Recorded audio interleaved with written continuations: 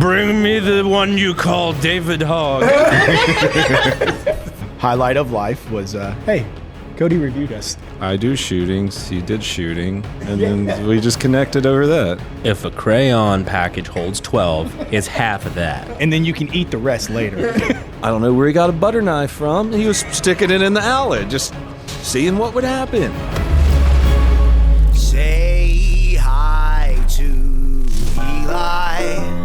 He's racially ambiguous. And Brandon, his hair is fucking fabulous. And Donut, a dark joke disposition. And there's a fat electrician. Welcome to Unsubscribe.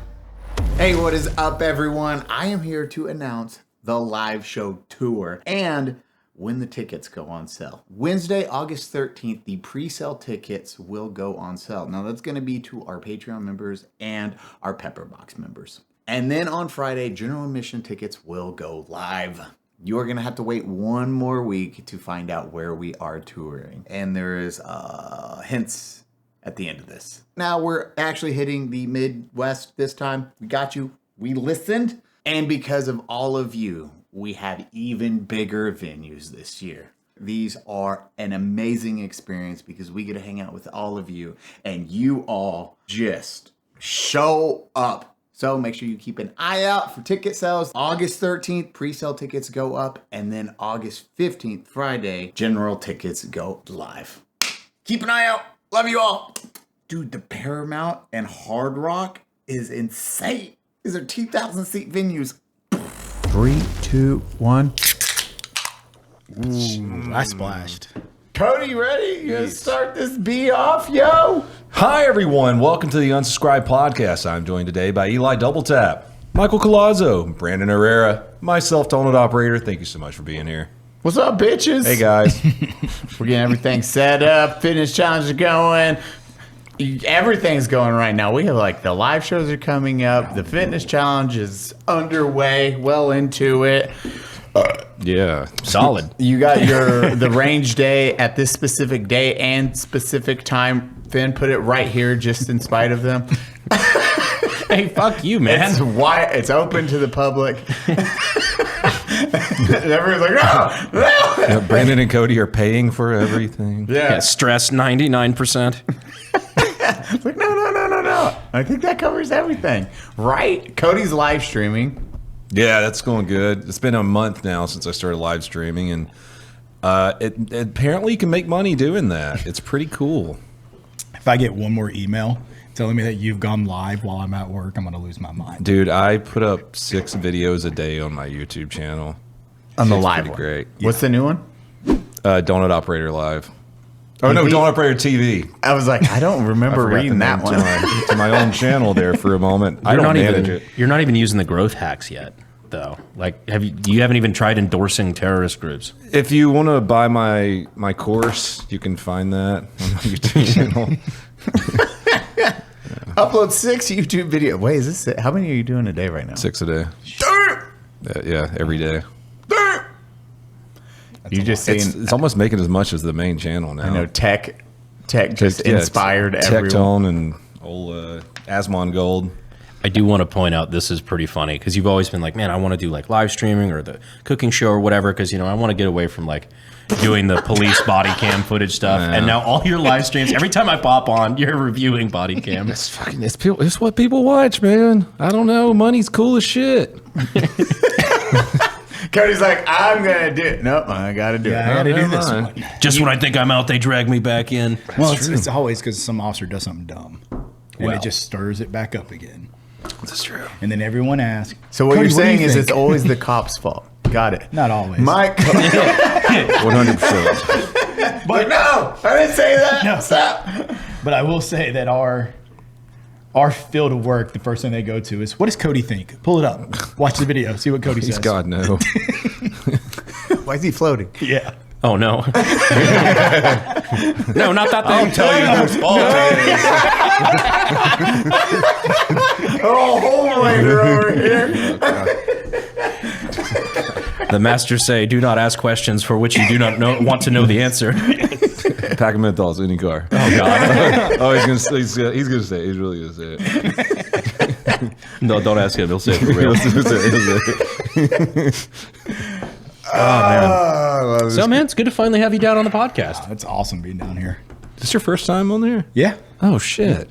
Because we've known you for a minute now. But not in San Antonio. You've been down here a couple times, Yeah. right? Yeah. We came down to what y'all's first and second range day. Sweet. Yeah. Yes. I don't know what go. Like my brain deletes everything. Especially with as high stress as those are. Just like everybody coming into town, being everybody's point of contact, whatever, for like 2-3 days. I'm just like, yeah, you were here, right? I think. I don't know. I was gonna say. I remember looking at y'all and I was like, I don't know if they're here right now. Like they're here, but they're not here, are they? That's autopilot. Yeah. Y'all are just going. What did we just get back? Oh, we did the fucking the vacation though. That was good. Little work, but really good. Yeah. We got all the boys, all the Unsub boys, down to Isle of Palms, South Carolina. We stayed in a house where Bruce Willis and Demi Moore used to fuck in the late 80s. Wait, for real? You didn't see the Did you plaque? not see that? No. There's a whole picture frame full of That pictures. plaque makes what now I didn't read it. I just seen photos. I just thought they liked Bruce Willis. I heard they stuck you in. I was like, cool. I didn't read any of it. Did not process it. I was like, that's a weird Did you thing think to they have. just fucking left fun facts about Bruce Willis? Who was the random little Mexican kid in the back right corner by the cereal cabinet? What? Oh, the kid living in the closet? You seen that little Gub Gub? Deep cut, sorry. There was that little I'm Have to tell that story one day. Was there a human Mexican living in our pantry? No, but there was a Oh. picture of said There were two little living in kid. the rooms, but Yes. But I remember that. And I was like, that's why I just seen the pictures. I was like, oh, random Mexican kid. Oh, random Bruce Willis poster picture. Didn't ask questions past that. I was just trying to turn my brain off. And we got to see the ocean. That was cool. Also, that water is fucking beautiful when it's 80 something degrees. And Brandon was walking around with his shirt unbuttoned, your hair coiffed. your mom. Like right now? Oh, Yes. God. Or lower. Was it more buttons? Oh, there was no buttons. Oh, no buttons. Your mom's just like, you look like one of them people on the front of the romance magazine, romance novels. And we were all just went, Oh, we know what's in those novels. we know what's in those now, Mom. Yeah, you're Brandon shows up on pornographic. horseback, riding down the beach. Hello. But it was a good time. Yeah, Rich, like literally everyone showed up. It was a good, relaxing time. That was much needed. So thank you, Cody. Appreciate it. Yeah, man. Yeah, we had Rich there too, fat electrician, all the boys. Everybody's like a lot of the like family came out too. So it was your family. My parents showed up. Yeah. Fuck. Nick's mom was there. Yeah. Yeah. Holy shit. Nick brought the boys out, his little boys. Yeah. Ryden stayed in the back corner room. up Right in in the came attic. out for 7.5 minutes. Yeah. I did hit the beach for 7.5 minutes. I did not realize until day 2 that the only way to his room and out of his room was through my room. Had no idea. Oh boy, It is was like never a problem. silent. Except it was the morning of day 2. I wake up, get ready, get dressed, whatever. I'm going to walk out, and I hear to my left sirens. I was like, Oh, Lord. that's... It was like the same siren sound being repeated. I'm like, oh, Ryden. Yeah, got it. He's gonna watch that infinite amount of times. You were just... I told you that morning because I just thought it was funny, and you were just like, oh, yeah, he does that, sirens. That's his thing. Tell you what year of ambulance comes from just based off of the siren. You're like, what the fuck, little man? This is how the day started. Yeah, it was a good time. We did that, and then I don't know. Then we all traveled. That was probably the easiest day of travel in a long fucking time. Compared to the last time we traveled from Yeah. Atlanta, it was a fucking nightmare. Dear God. It's Atlanta. And then just everyone doing the fitness journey, y'all kicking ass and taking names. I am so stoked to see how many have joined, and even the guys are doing an amazing job. Like Cody right now is drinking Diet Coke, a Red Bull at 8 at night, and It's 9. It's 9. 9 at night. I wasn't yeah, gonna- I need to reset my. I was more just surprised. Like, Yeah, I holy was shit. like, oh, wait, no. And then boxing, like we did We're doing almost 2 a day sometimes. Everyone's fucking hitting it hard right now. That's good shit. You killed us this morning. Yes, we Yeah. did, Yeah. Jim. It was a good gym session. Callazo hits me up. He's like, "Yeah, you want a gym in the morning?" I'm like, "I know where this is going." We're waking up early. That's what we did. I that? got there early. Yeah, you woke me up like I'm at the gym, and I'm like, "No fuck! I thought we were doing 10 a.m." Same. No one answered me. And I was like, well, I'm here. Let's go. Nobody answered, so I Yeah. went. Like, We were doing okay, doing a little Yeah. slow. Hey, we'll do some deadlifts. We're okay, some strict press. And then Eli shows up. Hey, now we're going to do this, and this, and y'all are going to die. once again, you were doing okay. I think my form was kind of ass for some of those, like the Romanian deadlifts, and I remember making the joke. I'm like, "Oh, I guess it's spine day." Always good. Yeah. And then at the end, all right, my spine actually does hurt. How's my spine look, bro? I'm flexing it. Do not flex your spine, please. Stop. I should not see that, actually. I don't feel stronger. I think I have less fluid between my discs. I'm hurting so bad. No, it was good. You feeling good, or are you still like I'm a little- good. All right. Yeah. My legs hurt. Yes, Those both. jumping air squats were death. I just do like the supersets with no breaks. I just like to do a finishing exercise with that. I think It's my a good favorite. one. Yeah. Yeah, see? They love it. I now know I'm going to die at the end. The gym, we had gym guys come up and they'll be like, "Man, that looks terrible." Like, walk off. The last time I literally was in the process of like grabbing your shoulder. I'm like, "Eli, I'm gonna pass out." Oh, yeah, you did literally felt, you were like, "Hey, I'm really light." Like, went light. And he was like, "Hey, I was like, "I'm gonna sit down real quick." and you go like this. I'm like, "Drink your Gatorade. Get the sugar. You need the sugar." Yeah. Okay. I feel a bit better. We were talking about, he was like, man, last time I worked out with Eli, like it just got dark real quick. I couldn't see anymore. It's like it was coming. I could feel me passing out. The boxing was yesterday. Fucking Cody, you're gonna start boxing now? Oh yeah, man. Yeah, I need to get better at it. I'm so stoked. The footage looks really good. Like everyone's movement, everyone's having fun. Like I can't wait. It's already been aired by the time this has been seen. So that's my favorite shit we have been doing in a long time. I'm super happy for everyone. And now we can learn about you. You old little police officer, man. Oh, great. Here we go. I know. It's so that's so belittling. Police officer. I'm like, look, Eli, come to Nashville.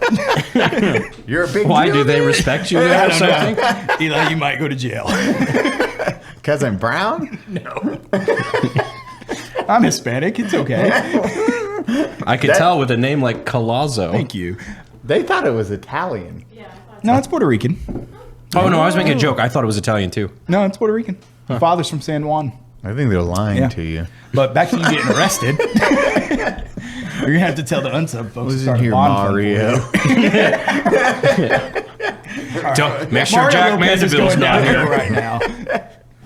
No, how long did you do the military at all? I did, yeah. How long did you do that for? What branch? So I did the Marine Corps, but I did the reserves. So did one stint, got 6 years in, joined the department halfway through, and now I've been in the department for what, 12 years? But you had joined for 6 years out the gate? Yeah. I don't know how reserves or... I mean, you do your 4, and then you have your 2 after, so we're okay. Oh, Yeah, okay, and so then it's you do it- inactive. yes. Okay. Yeah. So Now I'm tracking. if a crayon package holds 12, it's half of that. Half that, and then you can eat the rest later. It's always those weird Those ones. are your I'm like- reserves. So now it's only 6 years in the IRR total? Honestly, I don't know how it is now, because this was back in 2010. It could have changed by now. Oh, you joined in 2010? Yeah, I joined in 2010, got up to about 2026 or 2016, and that's when I ended up getting out Okay, and was done. gotcha. So Marines, what was your MOS? When I was you an actually- 11. Oh, you did? Yeah. Is that Marines is still 11's infantry? Yeah, that's still infantry. Okay, good. See, I don't fucking know infantry. I wasn't sure if that's a... Easy numbers for us to remember. Yes. Now, police officers where you both know each other, right? Yeah, sort of. Yeah. Because you're like, oh, fucking... I was done. watching Yeah. his stuff. I do shootings. He did shooting. And then we just connected over that. Highlight of life was, hey, Cody reviewed us. We all sat in the office like, here it is. Listen, watch. That's a wild first interaction too. It's like, hey, I reviewed your body cam footage. Well, you want to talk about the first reaction? First time we all met with at our location that y'all came to come visit all of us. We'll say that. Sure. Make it sound like a fucking brothel. But It might have been, right? I get a phone call, and it's Zach. Zach's like, hey, I got some buddies that want to meet you. He's like, who? He's like, Brandon, AK guy, and Cody, donut operator. They want to meet all y'all. It's like, all right, cool. When? Now. It's like, we were told. oh. Well, What? Zach may have been playing both sides a little bit he on that always one does. because I think that's why we were in town. Is we were told that you guys wanted to meet us. So y'all went to that. It's how Zach Zach, is. you sneaky bitch. You yellow dog. You yellow dog. There's a lot of Zach playing both sides stories coming. Trust me. Brandon, why do you keep sending me money through Cash App with it saying just deck work? Wait, is that not you doing all my yard work? On the real, I think we all do use Cash App. It's a quick way to pay friends if they owe you money. Finn, where's my money? You told me you could beat the house. You know the saying, Fen always wins. Real talk though, I've used Cash App like this week. Yeah, I think actually that's what we use to pay our boxing instructors. We also use it on vacation to pay for rides and just random things. It's like, hey, let's split this Uber. Let me wire you $20. It's the two best things. It's easier and it's free. Why'd we go to Vegas to build decks? And why were you building decks at 2 a.m? She was Hispanic. I thought she was just good at it. Why were you skiing in the snow at 4 a.m.? Cash App can do way more than you think to make your money work for you. If you direct deposit at least $300 in paychecks each month and use the Cash App card for purchases, You can earn up to 4% annual interest on your savings. Also, you can hit your savings goals even faster by turning on the Roundups feature on your Cash App card. with Roundups, every purchase you make using the card is rounded up to the nearest dollar, and that spare change is automatically put into your savings. Make it work for you. Take advantage of high interest savings on Cash App today. For a limited time only, new Cash App customers can use our exclusive code, pause, to earn some additional cash, unpause. Just download Cash App, use our exclusive referral code on sub10 in your profile, send $5 to a friend within 14 days, and you'll get $10 dropped right into your account. Terms apply. That's money! That's Cash App. Y'all weird. went to that breakfast just right by where we were at. Yeah. He's like, hey, they're here. It's like, well, everybody else is here, but the ATF director's here. It's Oh, like, yeah. no, don't come here yet. Wait, we got to get this guy out of here. As we're This isn't gonna be slamming good. mimosas. Okay, cool. Do you want to give a little bit of context for what led up to us being there and we what the can. body cam Yeah. was? Sorry, we neglected to talk about that at first. For those who don't know, I'm sure it won't be title, thumbnail, or it anything. won't, not So at the all. acorn, was that? No, the combat roll, the best combat roll I've ever seen, right? Now that's gonna be the thumbnail ever. It's just We had the acorn cop. acorn guy on. That beats crooked deck all day. I'll take it. Acorn guy. That's funny. Like, fuck, no, don't do that. Oh, no, what that was, y'all actually showed up probably, a week or two after the incident. But it was March 27th of 2023, the active shooter at the Covenant School. Myself and 4 other officers were the first ones on scene.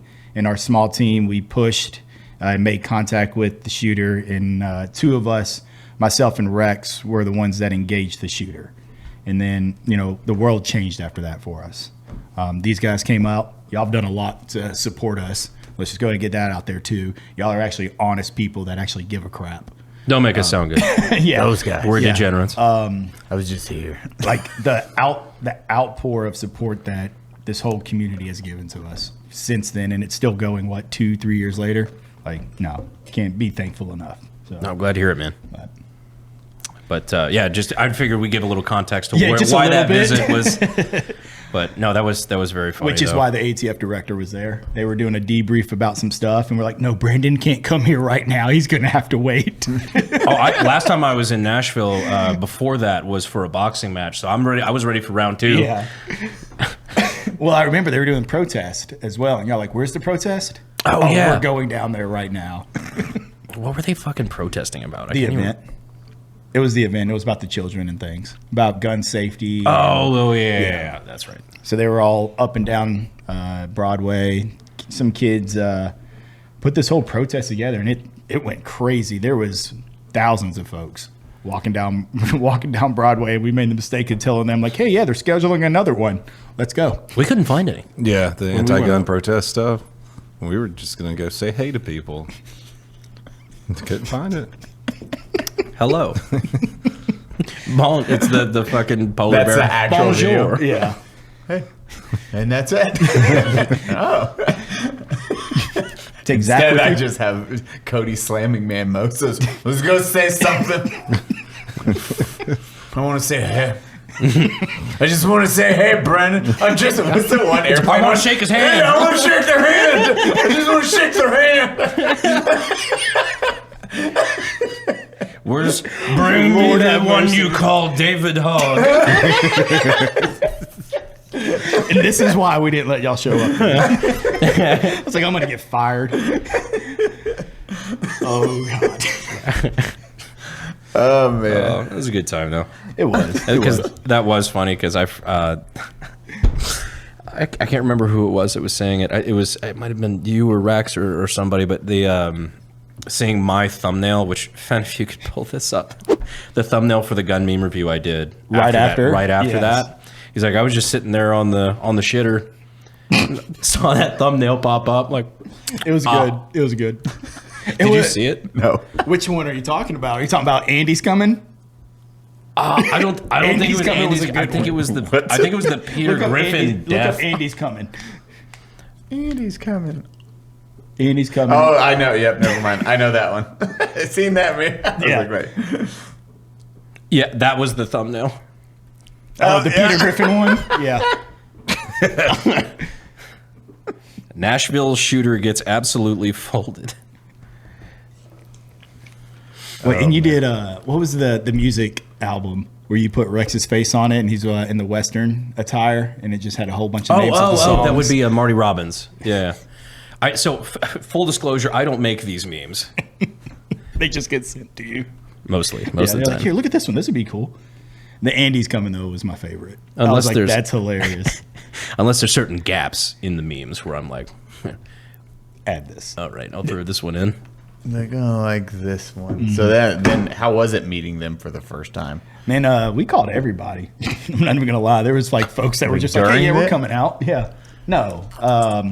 Like, hey, So Rex- I'm going to FaceTime a friend real fast. Can you say hi? Hey, come No, on. we didn't do that. Thank you. Here's my next friend.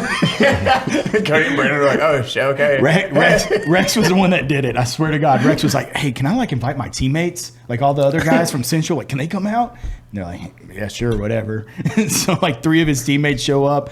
The guys that I worked with that were involved, we were all already on the same team. So we were all sitting there. We're like, well, we don't have anybody to call. We have no friends. We're all sitting in the office together. But Rex brings like 5 extra people with them. He's like, can they say hi? Can they meet y'all? Like, well, over here, yeah, might as well. But no, we had a blast.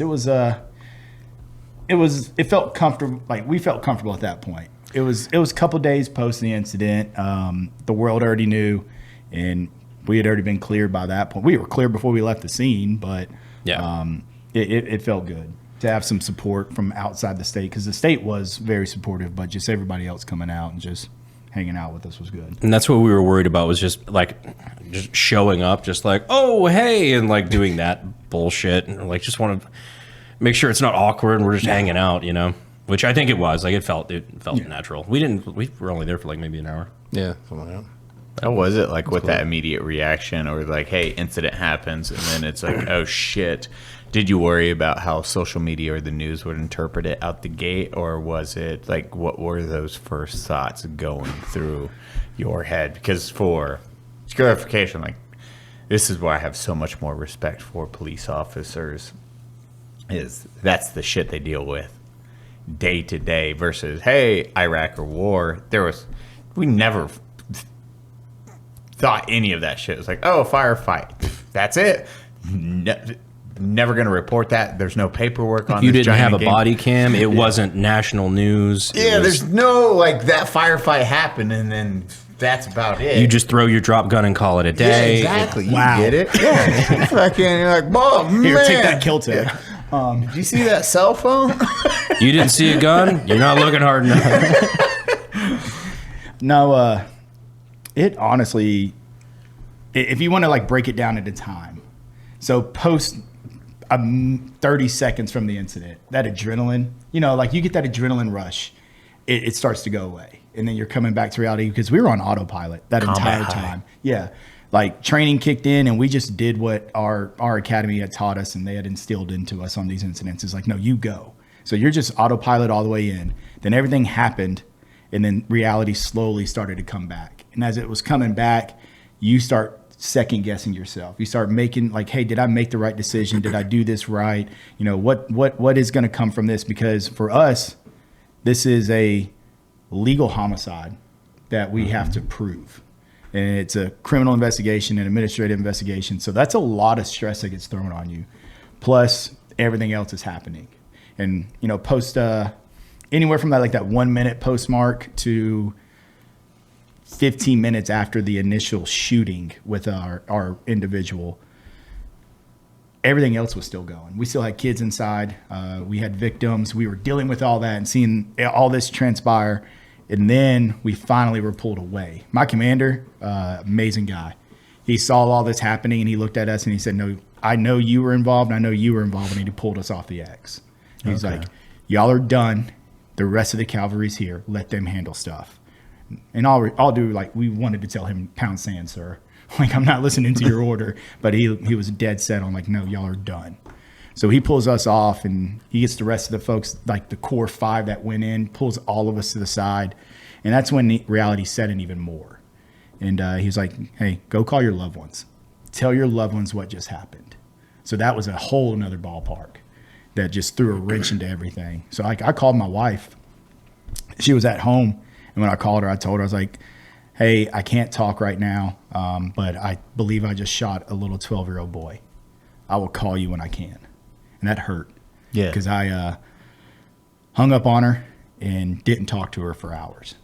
Because, again, this is an investigation. So we get pulled to the side and we just stand there, like standing around just staring at everybody else doing work, and we can't do nothing. And a lot of the times, I don't know, for the listeners out there or anyone that's never been in that situation, it is the chaos that happens in that fucking split second. It feels like a lifetime, and at the same time, you're processing probably, hey, I engaged. Okay, there. Well, let's see the target, and then it's gone out of your brain as you're coming down from the combat high because adrenaline training takes over.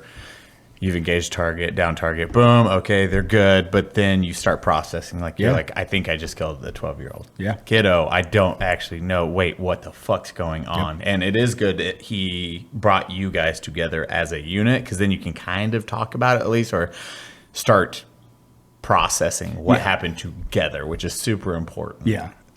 There's actually a clip that we saw on one of the other officers' body cams afterwards outside that just mistakenly captured us as he told us to, like, hey, y'all break away, go stand over there, call your loved ones. And this body cam, as like they're turning and looking at us, it catches us breaking. Yeah. Like we're on the ground, basically crying our eyes out as grown adults, having just saw a bunch of things, and it captures that raw moment. Yeah. And then like you see us lift each other up. I'm like, hey, no, like, let's go. We've been through some stuff before. We hadn't ever been in a critical incident having to fire our weapons, but we had been there. We hit doors together. We had bought dope together, done some crazy things, gotten the foot chases. That was for police action. Police bought dope together. Not as a homie hangout. Yes. No, this was after hours. Clarification. We bought dope together. The right way. But we had all been there for each other. So like we had that comfort until we could, get home and spend time with our families. But yeah, I mean, the body cam helped us a lot.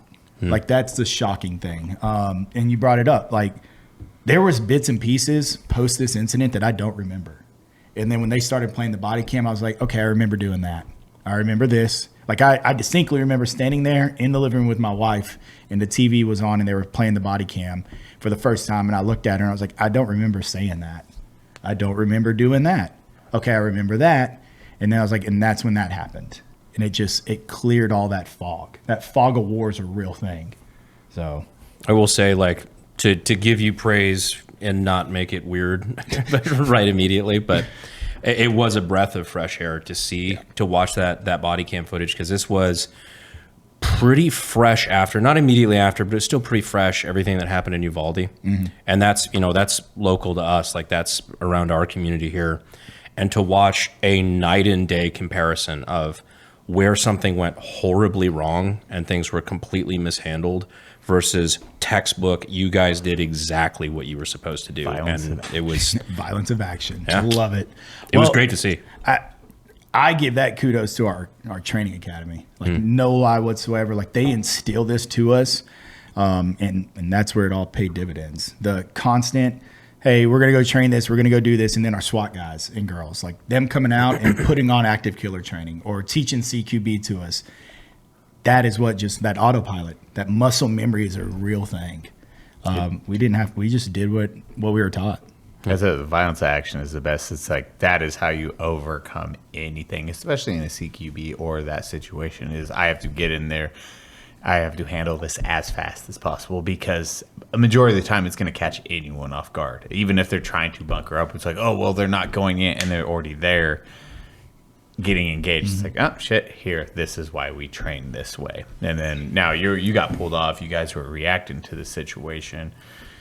Win was called family and then lifted each other up. What was the next thing that happened after that? And so we stayed on scene for 2-3 hours.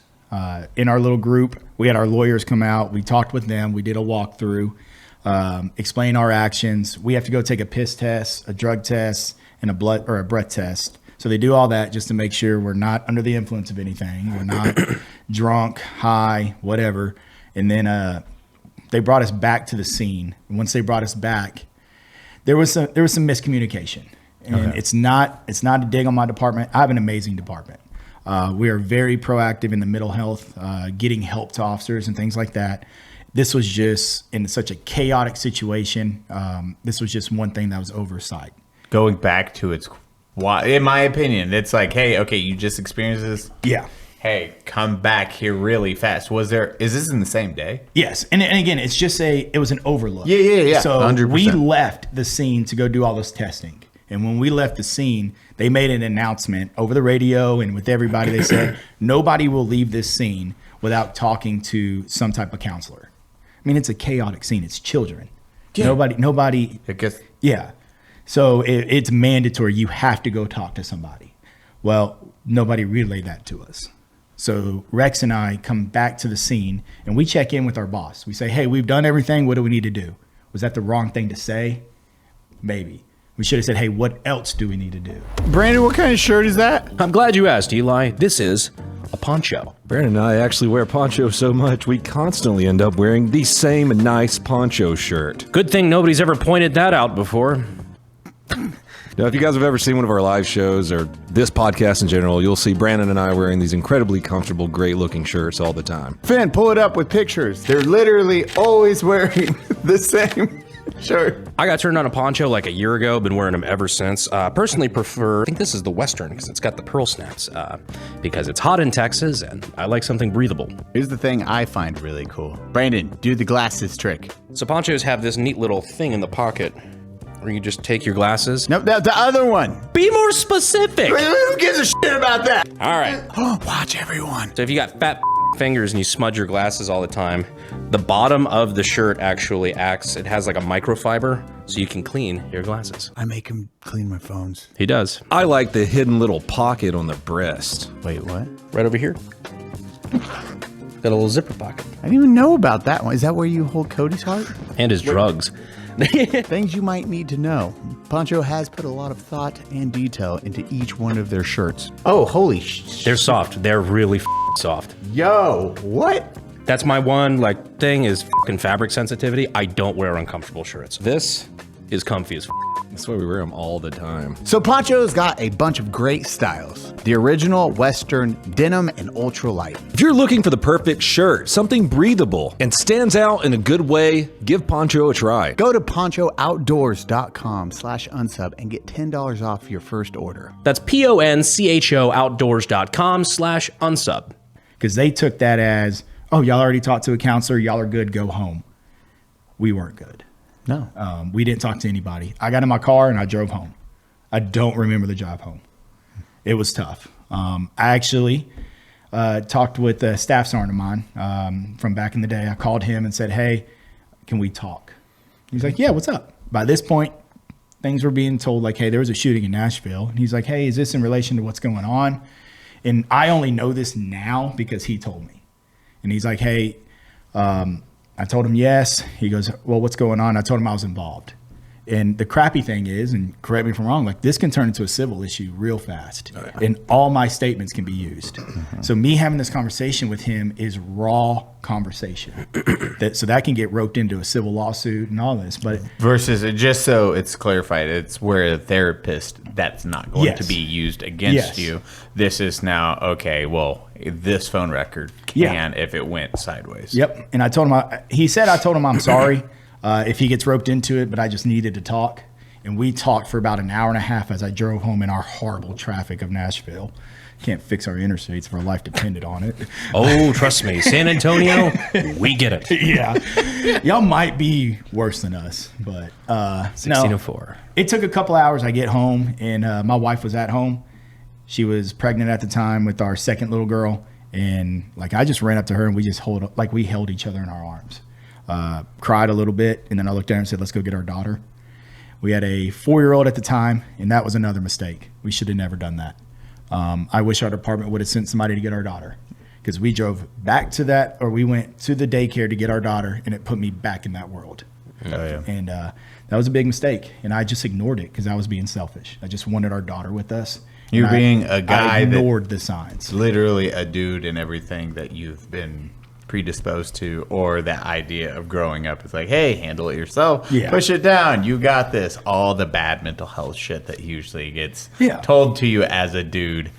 And unfortunately, this is where it kicks you in the ass. Yeah, it failed. Like, we failed on that. But I'll tell you, man, within 24 hours, our department realized that we hadn't talked to anybody and sent counselors to the house and talked with us.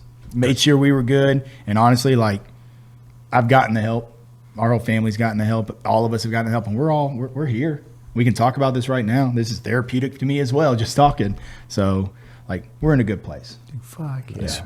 That's awesome. That's a lot of, and it's one thing we always hit home or try to. It's like talking when we do the PSAs for even like dark thoughts, those inner demons, or just like red flags versus green flags, and how to get help or at least communicate, because it does suck, because it was the chaos of the moment and then you guys not understanding or knowing. It's like, oh shit, we missed therapy when we left earlier. Shit, you're not going to know that. Then you're just going to assume, hey, boss just told me to go home. Boss is dealing with a fuck ton of shit all at the same time. Like more than just a lot going on all at once. I mean, you had every shiny brass there. Exactly. Making a decision and throwing something. They're like, listen, we're trying to get this right. How the fuck are they going to know? Oh, these 5 people. These 5 people didn't go talk. So it's like, oh yeah, get out of here, get better. Because in their head, we're doing the best possible thing.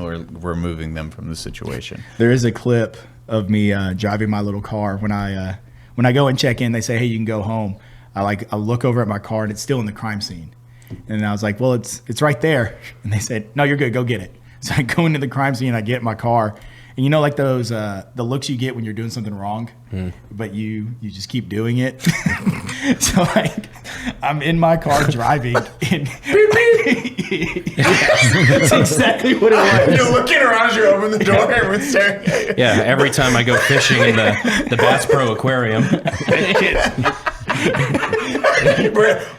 I shouldn't be doing this. Looking at me like I'm weird. Yeah. But no, so like I get in my car and I'm driving and I'm looking at, like, you name the shiny brass, they're there and they're looking at me. And I'm looking at them, and it was almost like I'm asking for help, and they're looking at me like, you shouldn't be doing that, but I'm not going to say anything. I'm just going to let you keep driving. And I'm like, no, I need help. Please stop me what I'm doing. I'm about to drive home. But, I mean, it was a chaotic scene, man. There's a lot of things that happened after what we call the attack. You know, we're real heavy on the train for this attack, but we don't talk about the post-attack. From 30 seconds to even... April of this year, the FBI finally released the journal writings. So that's actually something shit. I really wanted to talk about. I completely forgot about this because that's a timeline for me that I'm not even sure I understand. Because from what I heard, like just reading news segments and stuff like that and trying to put this all together, that was something that I think, so the manifesto of the shooter was... I think they said that at first they weren't going to release it, or they said they were, and then now they weren't because they were worried about like copycat attacks or something like that. And then somebody leaked it or part of it. So there's a whole bunch around this, and again, these are writings of somebody for 10 years of their life. Like, honest to God, we look at it as a journal of just entries that they made when they got home every single day. Here's what I did today. I collected these Pokemon cards, and I let my dolls have sex with each other because this person was crazy. But what happened is we take these books, and we want to go through everything in this book and to see what it is. And it wasn't just books. It was laptops. It was phones. It's all this digital data. And that takes a while. Yeah. So we're on lockdown with it, and we're trying to go through it. But then you got the FBI that's like, hey, we need to look at this. We need this. We need this. And it's too many hands trying to get involved. Now, our folks, we go through it. They make their determination about it, and they say, hey, here's what we've learned from it. Here you go, FBI. Now, the FBI's got it. They go through it. They make their determination. And they've got their behavioral health folks that they review it. They do everything. And the families were another factor. All the victims' families, and then what this individual wanted. This individual wanted their name out there. And that's another whole topic that I hate. Y'all won't ever hear me say this person's name. I don't care about this person. That person can rot in hell for the rest of their life. That's where they belong. But what they wanted was the world to know their name. And that's what was in those writings. Hey, this is why I'm doing this. I want everybody to know me. Say my name. Don't say the victims' names. And this isn't their story. This is the victim's story. But we have to go through it. FBI goes through it. There is stuff inside there that is beneficial to law enforcement. You know, like, hey, this individual researched these weapons. This individual learned how to wear their ammo in a certain spot to help them reload faster. Or, hey, it's quicker to reload it's quicker to transition than it is to reload. They did a lot of training. They did a whole bunch of stuff, and they wrote it down. That's the stuff that I understand that we need to push out. Hey, yes, this will help law enforcement in the future. But they don't need to see what some of that stuff was. Yeah. Calling kids inappropriate things, and that's the stuff that got leaked. Yeah. And, the FBI, I think they did a good job on it. Eventually, when they did release it back in April this year, we wrote a 15-page summary of it. And then the FBI redacted some things and sent it out. And I'm like, I think they did that in a respectful manner as best they could to want to appease the families and then appease society. So I think the big question was motive. That's what everybody was trying to figure out. Yeah, and we were trying to figure it out. We can't just we don't want to say the wrong thing in a month just to appease people. Yeah. Give us time. And I think they did. We found out that there was 3 things. They wanted their name to live forever. They wanted to kill as many people as they could. And they wanted it to all be about mental health at the end of the day. Their mental health, not ours. Yeah. Not what we went through, what they were going through mental health-wise down the road. Those were their 3 things. And again, you'll even read it on our summary where the lead detective talks about the simple fact of do we want the world to see some of this stuff? Because that's what this person wants. Do we want to let them get their story out after death? It's tough. Yeah. It's that catch-22. No, for sure. I just appreciate the insight because that's something on the outside we don't know. Yeah. And that's what sucks. A lot of folks, these conspiracy theorists, come out with their aluminum hats like crazy. Oh, don't you know it didn't happen? Yeah, exactly. The pyramids did it. Oh, did it? Oh, yes. Yeah. Source, I saw it in a dream. Yes. But no, they just came out the woodworks, and it's in all honesty, too, sometimes it's hey, just let us move on. That's the other part. Let the families bury their children before you come out of the woodworks. And we had a lot of that, but Humans can be very disgusting. yes. You're like, what the fuck? On And the trade-off with just touch base really quick on the manifesto and anything, because it is that hard one of what the fuck do we do with this? Because you don't want to say the name. I agree completely with that, because I've talked with this in the past when like the school shootings were taking off more and more there, but you rewind to like the 90s when it was way worse and people didn't realize that. They were like the 2010 to 2020, no, this is the worst time, look how much it's happening. And then you look at the 80s and 90s and realize it was 2x happening at that time frame. It just wasn't Like the Columbine era.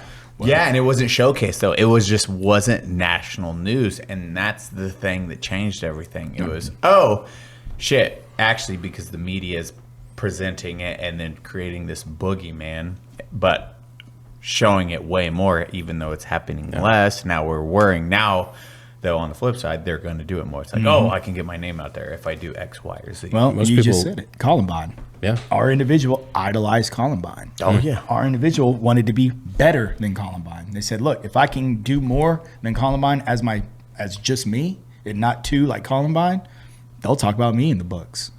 They'll play my name all over CNN for the next 6 to 8 months. Don't even start about CNN.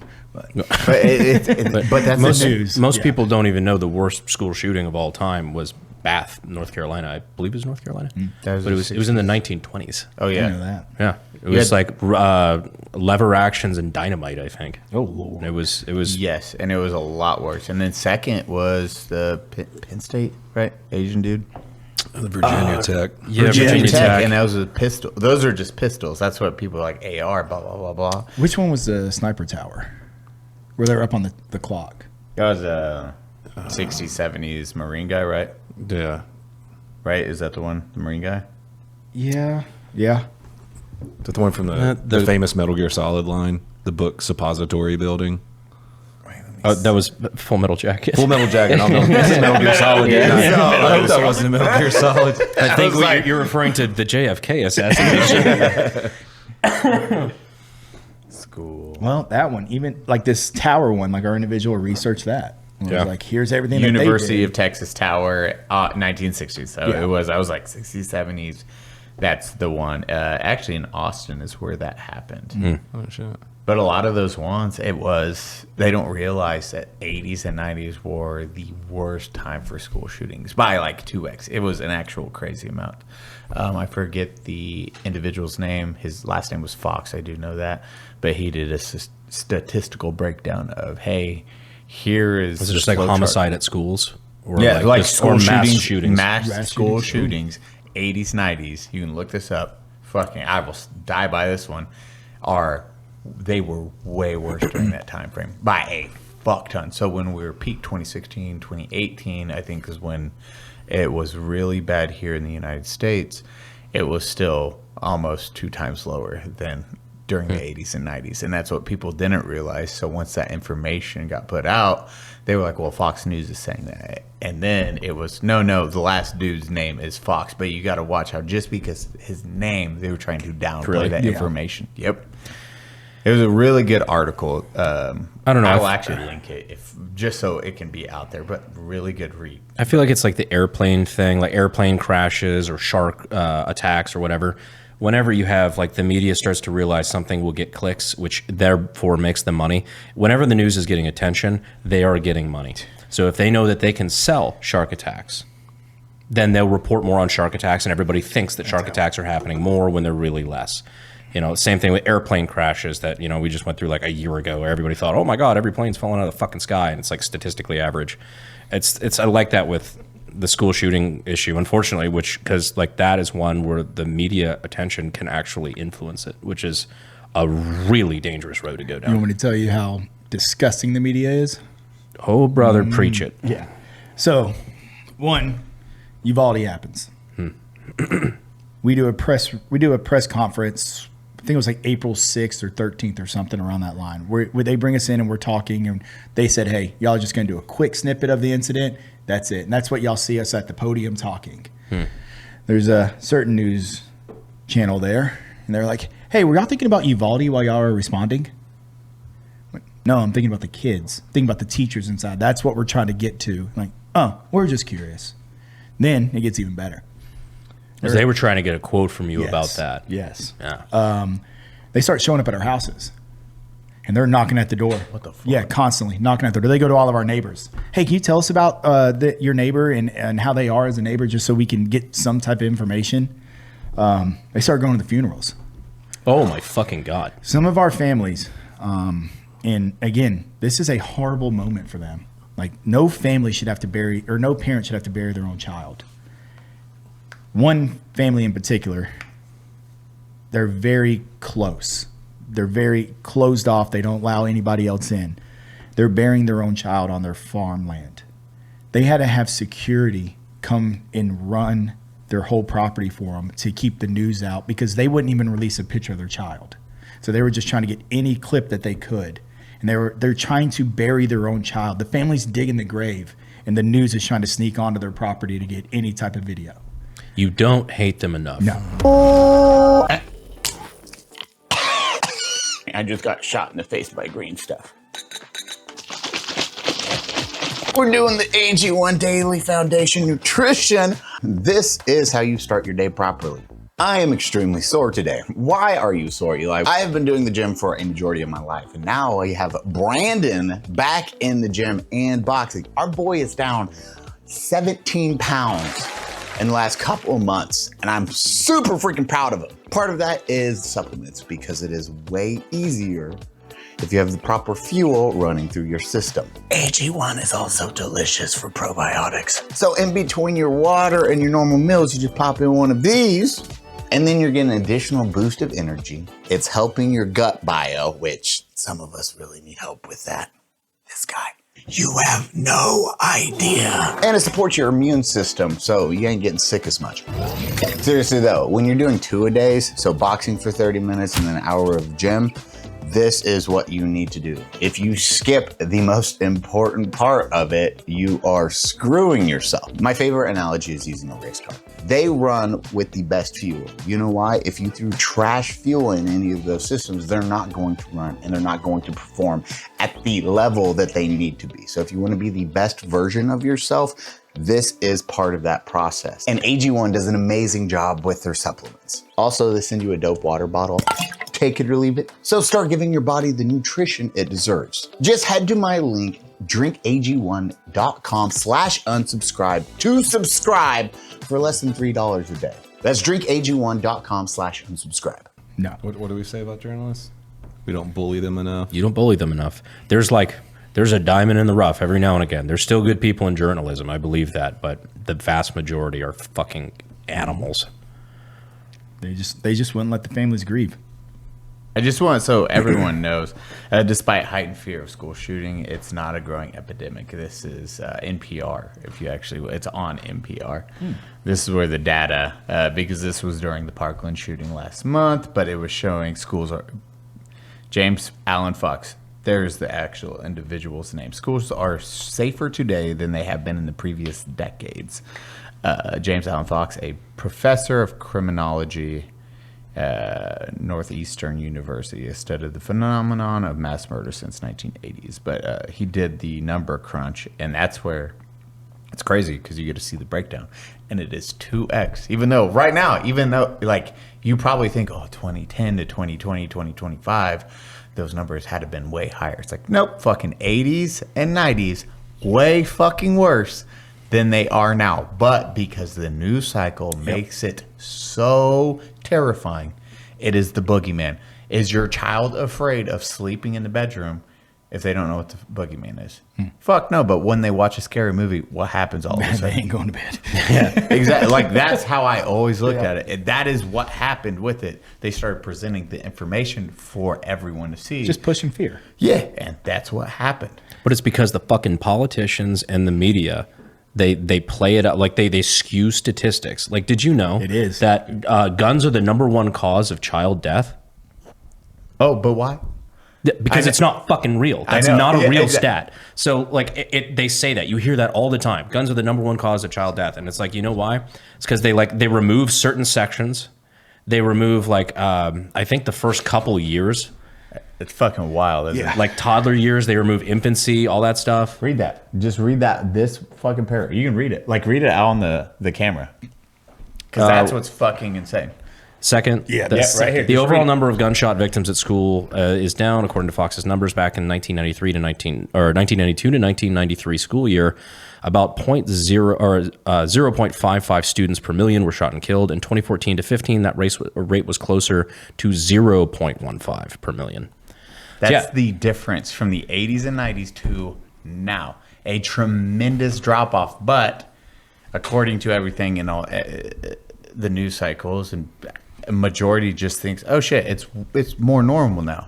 Well, they play with the numbers, and that's what kills me. You were just talking about it, like that stat, because let somebody drive by a school and pop rounds off. That gets thrown in as a shooting. Yeah, and then 100%. They throw that as a, hey, we had another shooting incident at a school. No, that's somebody just popping rounds. FBI school shooting versus mass shootings index score, which is like two completely different index scores for mass shootings. This is a shit. This is like cameras because I stood getting the knockout. We're getting his eyes are going to start rolling backwards.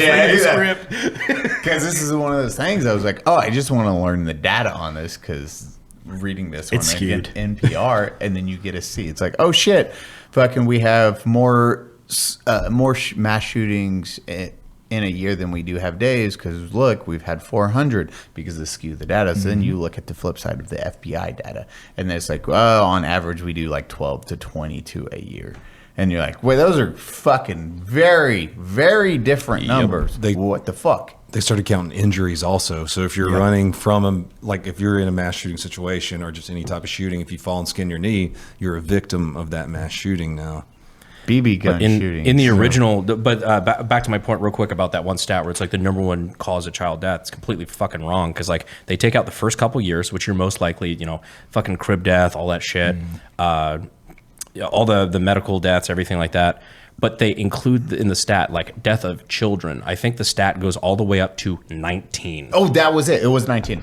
You're still a child at 19. Yeah, so apparently you're a child. So all the like inner city gang violence where you have these like 15 to 19-year-olds who are shooting each other in like fucking turf wars in Detroit, that gets counted as, school shooting death on paper. It's and like children's death by firearms. 19. It goes up to 19. That is, Brandon, 19. Yeah, it's like now I know that data. I was like, they won't lock a school down in New York if a kid comes, or if some stranger comes in. But we're motherfucking Buffalo again. This is cool. Dude, I cannot tell you how many times I've texted him and said, thank you. Yeah. Like, the actions you're doing here are helping our children all over the nation. People are now opening their eyes. Like, there's a problem, and it starts with the stats. Well, it starts with what they have to put out to the news or at a ComStat meeting or anything where they're saying, hey, how many shootings have we had, or how many incidents have we had at the school? They're skewing the numbers to hide things. I testified in in Denver when Colorado was going through their assault weapons ban the first time. I think it ended up passing the second time, unfortunately, but we killed it the first time.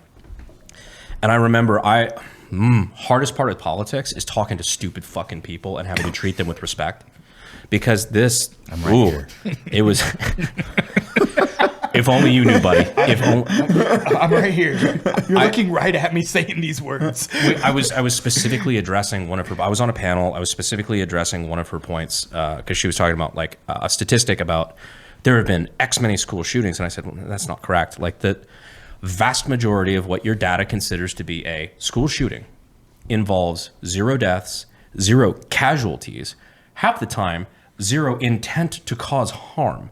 Like if somebody pulls out, like if somebody fires a round hunting and it lands on school property, that's considered a school shooting. If somebody NDs, like their hunting shotgun in the parking lot and it hits the asphalt and hurts nobody, that's a school shooting.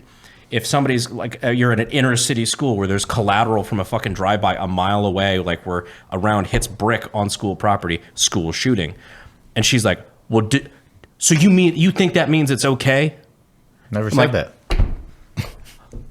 You're playing with numbers. I'm saying you're manipulating data to push a political point. And just so Cody can read that. Cody didn't see that. Second paragraph. The second one. It's fucking crazy. Dude, it's the 55. So it's like, hey, look, it's safer now. Dude, isn't that like when I say 2x, It's more on actually fucking 3x safer during that time frame than the 90s. 0.55 versus 0.15 is insane. And we've seen a peak, I want to say 2018, maybe 2020 peaked at 0.18, but that was the highest I got. Nowhere near 0.55 per million. Those are the shit. That's the shit that pisses me off. But you get to see that data, and data doesn't fucking lie. I love numbers. No, data doesn't lie. But there's what is it? There's lies. There's damn lies, and then there's statistics because they'll use their own. Because that chick I was talking about, she was a state representative for Colorado. I had to be courteous, but my God, you just want to.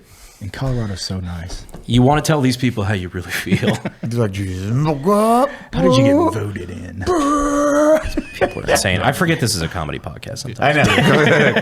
Colorado is just like California, man. Oh my God. Like wonderful states. If the people just didn't live there. Yeah. Dude, Denver. And it didn't used to be like that either. Yeah. Great live show. Remember this? Yeah. Well, no, the people that are going to come to the Denver live show are going to be like, yeah, fuck those people. Wait. Can we talk about the Nashville show? Oh, yeah. Dude, let's go for it. So first off, my wife, can I do this real quick too? Yeah, go All for right. it. So today This is actually the divorce? No. Oh, no. God, wait till you hear what I say. All right. Today is our 10-year anniversary. Congratulations. We have been married for a decade. We've been together for 15 years. And no, there's no divorce papers, jackwagon. All right. With friends like these. Besides all that, so the day y'all are doing the show, Zach, again, failure to do is what he says he does. You're good. They invited you. Hey Yes. guys, kid. So I invite my friend. We love this guy, by the way. But yes, we do.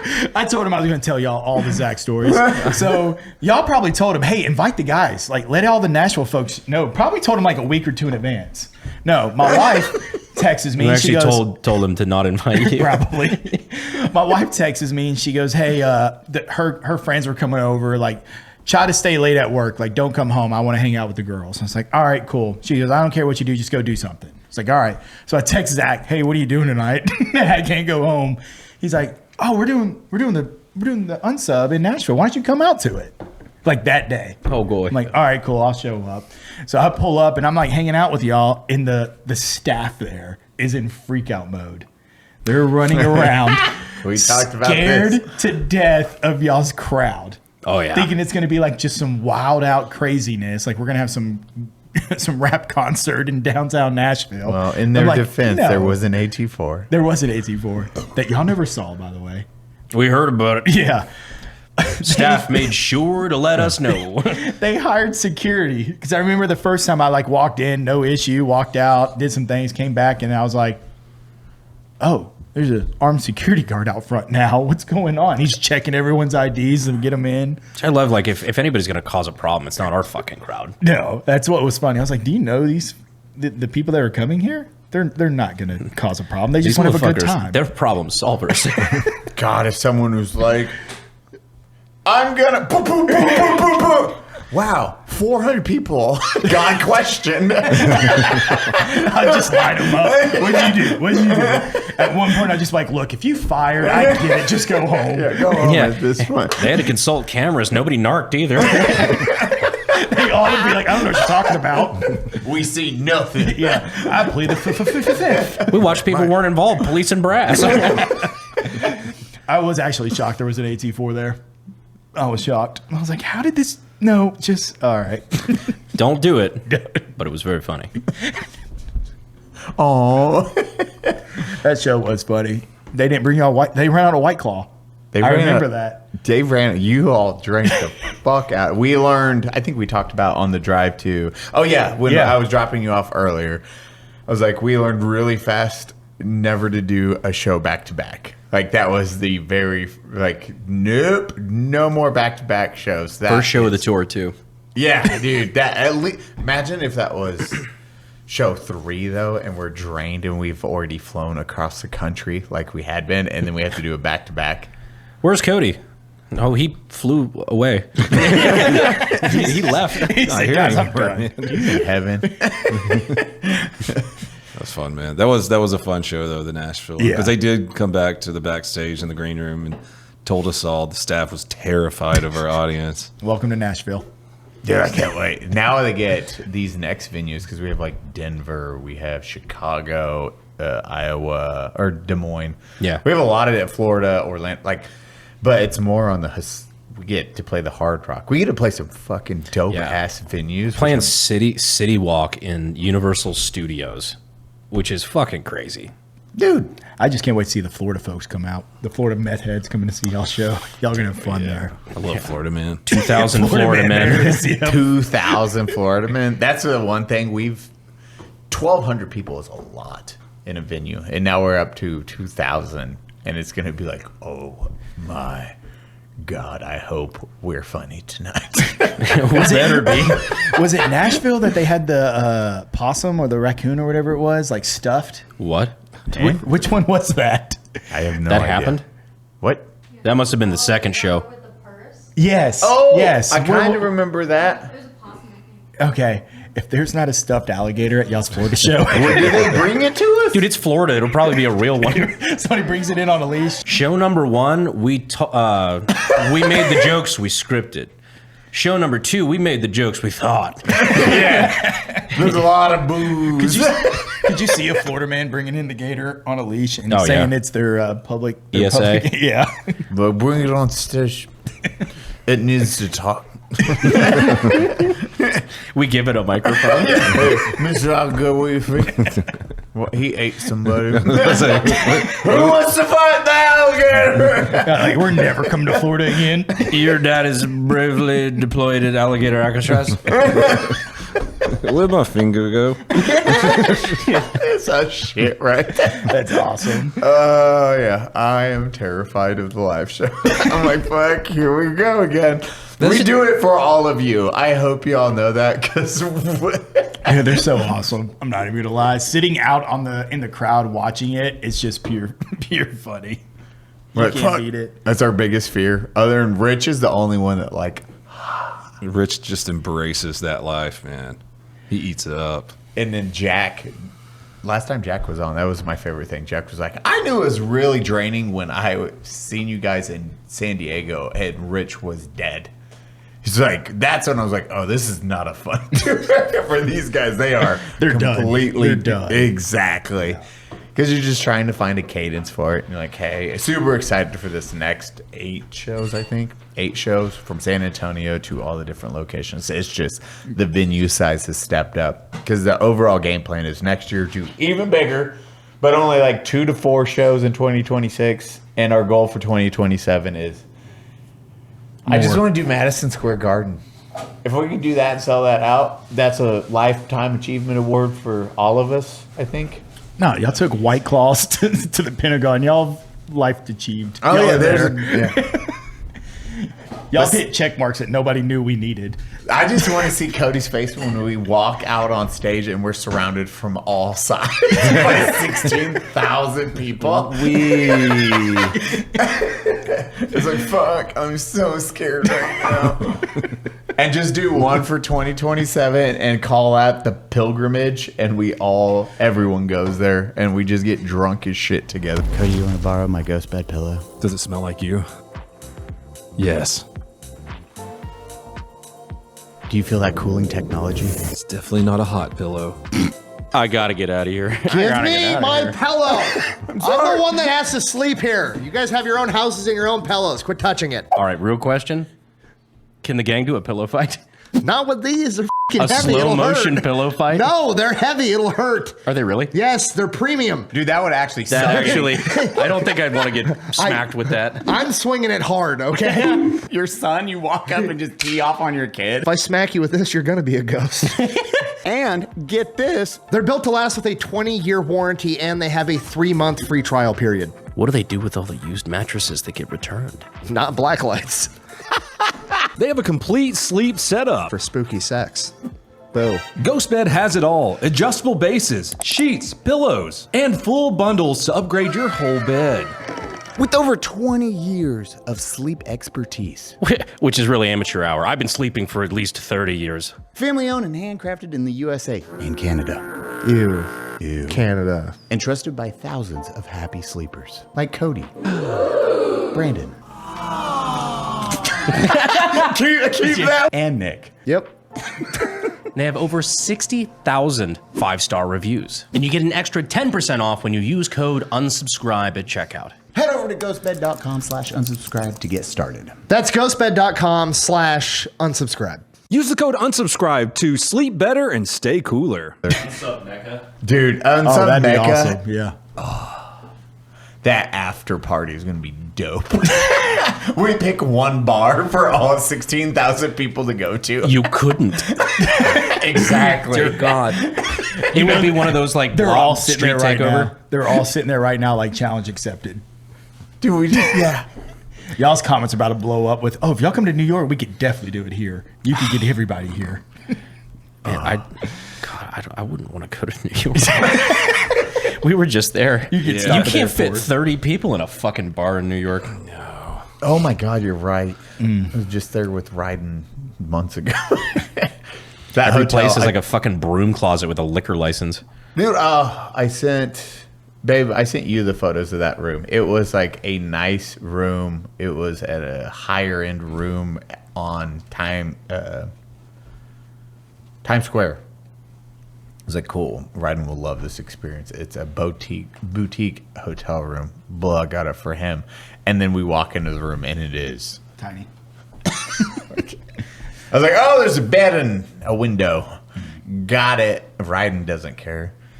Daddy does. I seen the pay. I was like, man, I paid a lot of money for this, just for this closet. Okay, well, it's next door. I'm fine. Well, what do you got? Okay, so now after the attack, after everything transpired, what has changed the most in your life? Where you're like, oh shit, okay, wasn't expecting this. Can't pay for a drink in Nashville. I wish. No. We ain't going downtown Nashville ever. No, man, the world changed a lot for us. I've been going around talking at other agencies, talking to their training academies, talking to their in-service, which we have to do every year anyways. So we just go out there and we talk about that day. We talk about that mindset, talking about how important it is to, train, how important it is to have, being prepared mentally and physically, and just, breaking things down from that incident for other officers to learn from. That's our biggest thing. A bunch of us go around and do it, from our command staff down to the officer level. And that's what's changed a lot. And also my home life changed. So what a lot of folks don't know that didn't work on the agency was I was that officer that had FOMO, the fear of missing out, not what you were thinking. Something inappropriate, probably. No, I knew what FOMO was. Okay. But what did you think I thought it was? Nothing. You just think you're Mexican. We'll get to that. That's Cholo.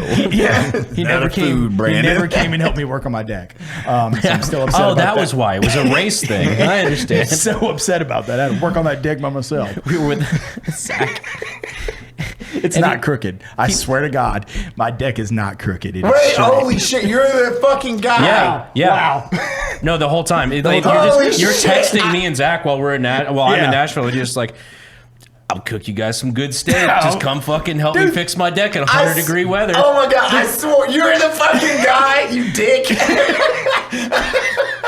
I had a Traeger grill right there. I was cooking. Like, we're good. I had the steaks.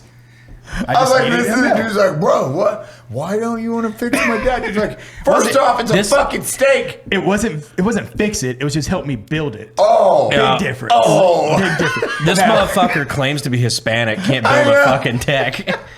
My deck is not crooked. Now, I will also say, we'll get back to the other stuff, but Zach did knock his head helping me level it when I first put it up. And I'm pretty When sure you he got first put it up. Yeah. That's interesting. You want to talk about that too? All right, so the wife says, let's buy a pool. We go to Walmart, we buy like this crappy pool, and we're like, this will work. We'll try it out for the summer. It's midsummer. You got an above ground pool? Heck yeah. Duh. Bro, yeah, we do what we got to do. We put it up, and when I put it up, I was just like, hey, let's just get this pool up and see if the daughters even like it. and then we'll address the other things later. When I pop it up, it's a 6-inch difference from one side to the other. I'm like, we can fix that real fast. So It's not crooked, though. At that point, it was. I'll admit it was. So we take these 2x4s, we make this U. We're putting it on the frames, and we're bending it up, and we're putting bricks under it to level it.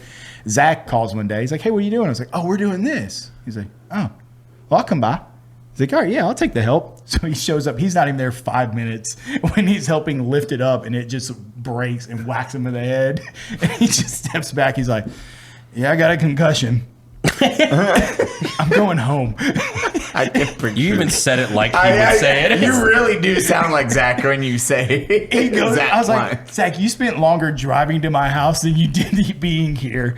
Goes home and he doesn't talk to me for like 3 days. He's so mad. It's when he was calling us, talking shit about your Yes, dad. he was so mad. Well, So- I'm concussed.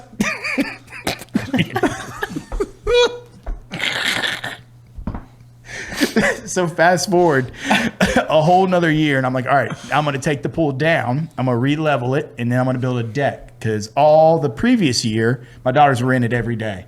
Like, we're going to redo this now. Yeah, I should have done it right the first time. I get it. But I'm just thinking of, like, are you competing with Al Qaeda for how many gray spots?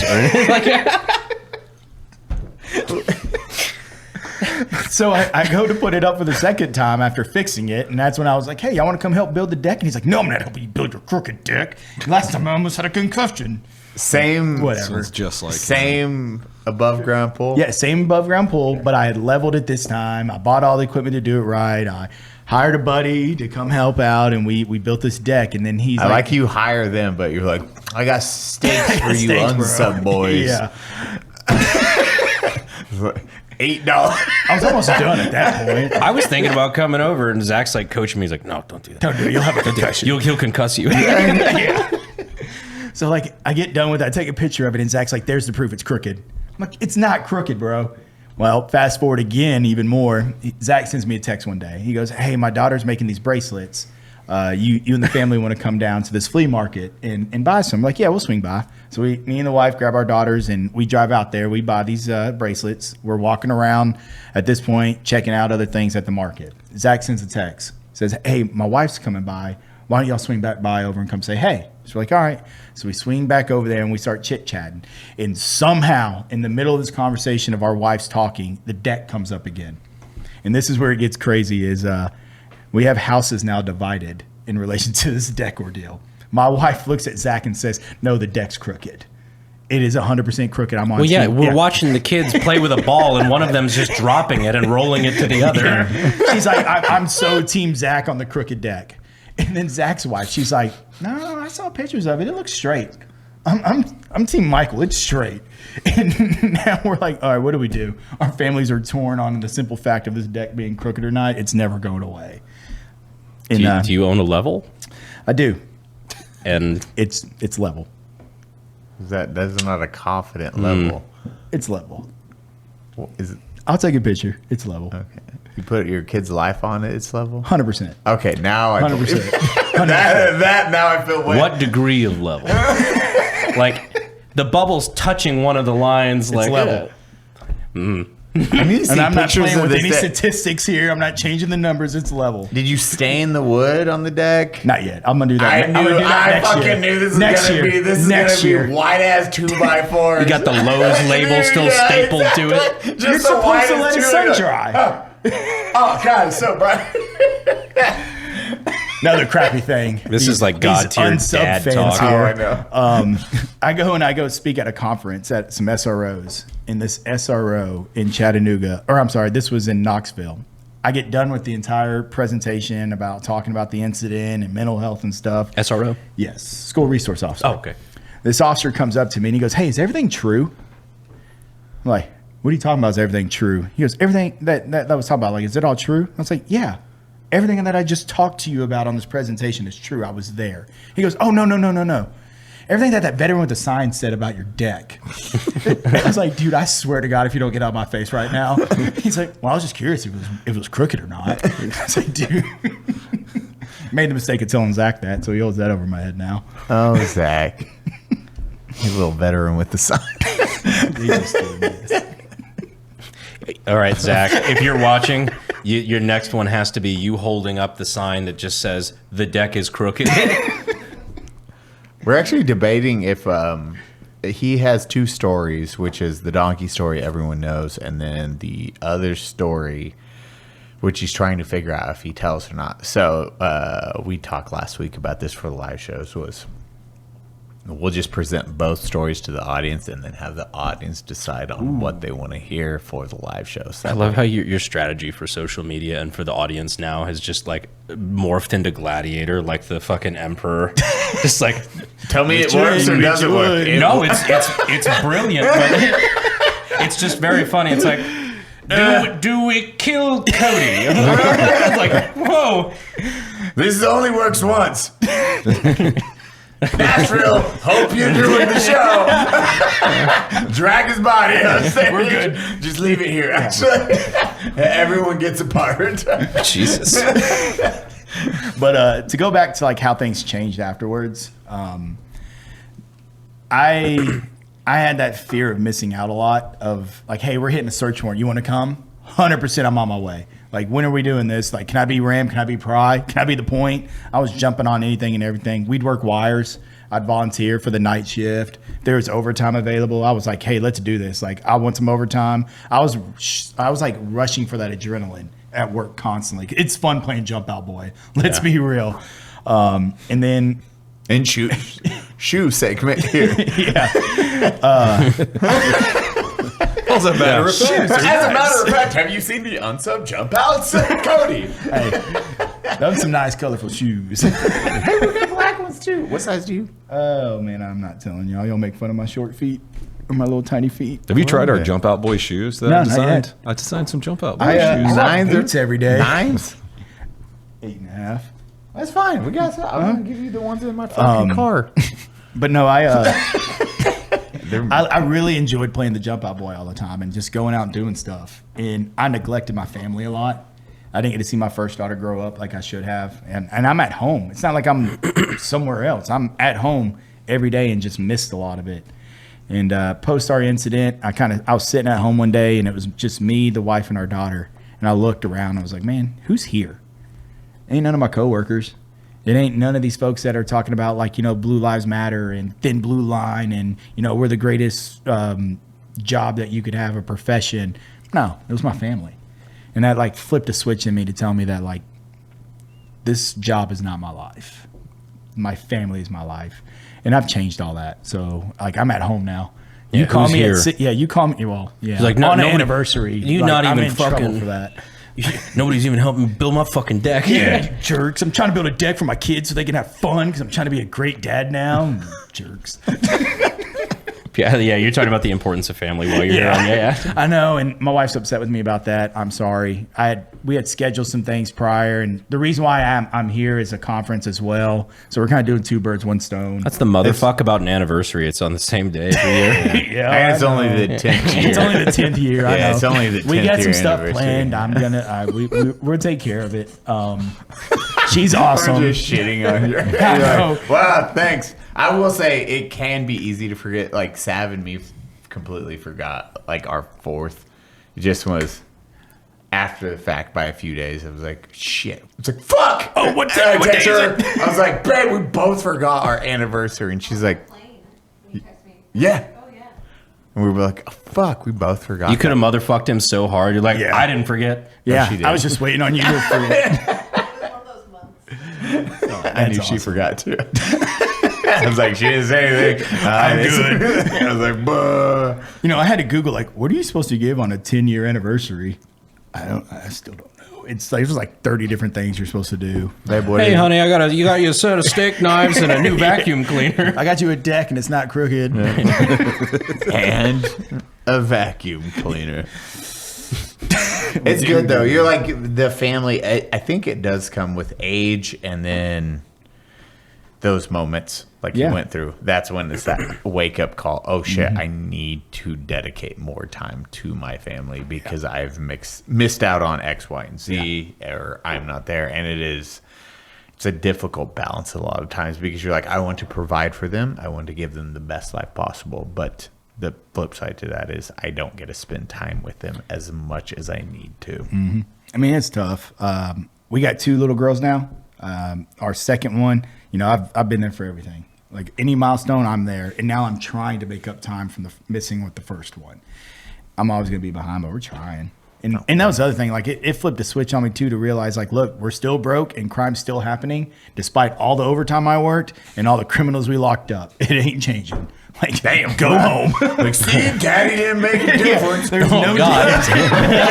What did I do with my life? You know, it just kills me because I can't have child 1 and child 2. Open your mouth. Have this black pill. One day I'm gonna remember your name. That went way down the other way. Oh God! Took an accidental exit ramp there somewhere. It's fine. We'll be good. No, We bring him back to college.